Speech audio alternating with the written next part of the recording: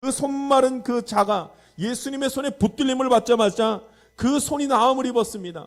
엄청난 일이 그는 하나님의 능력을 봅니다. 은혜를 입었습니다. 수많은 사람들이 다 함께 은혜 받은 자를 지켜보고 있었습니다. 그런데 나음을 입은 자가 누군가? 손마른 자가 나음을 입었습니다. 하나님 나라를 이루고 그가 하는 말이 과연 하나님 살아계시다. 여러분, 이게 누가 한 고백입니까? 이 손마른 자가 했던 고백입니다.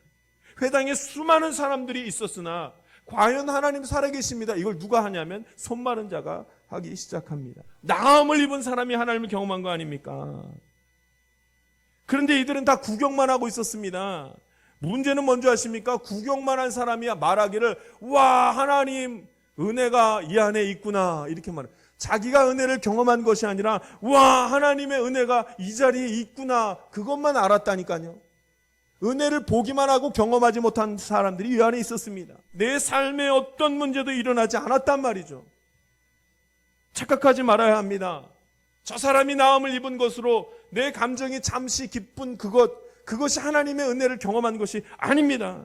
나음을 입어야죠. 실제적으로 내 삶에도 역사가 나타나야죠. 할렐루야. 하나님의 은혜를 경험했다가 주변인으로 돌아가는 사람들의 모습을 보면 이 같은 생각을 합니다. 오늘 은혜 받았으면 내일도 은혜 받을 거라고 착각합니다.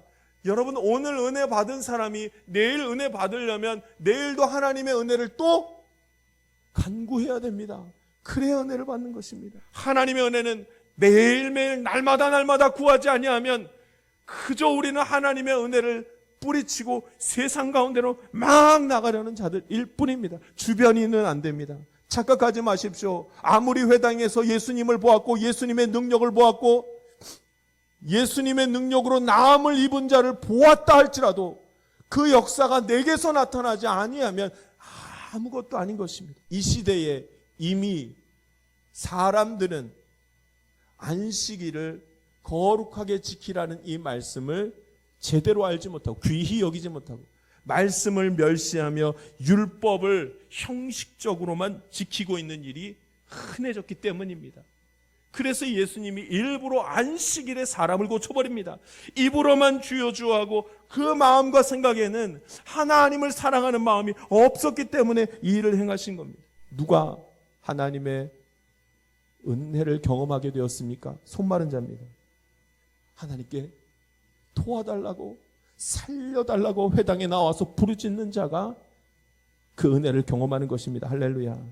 성경이 이렇게 말합니다. 나는 자비를 원하고 제사를 원하지 아니한다. 이것이 하나님의 뜻입니다.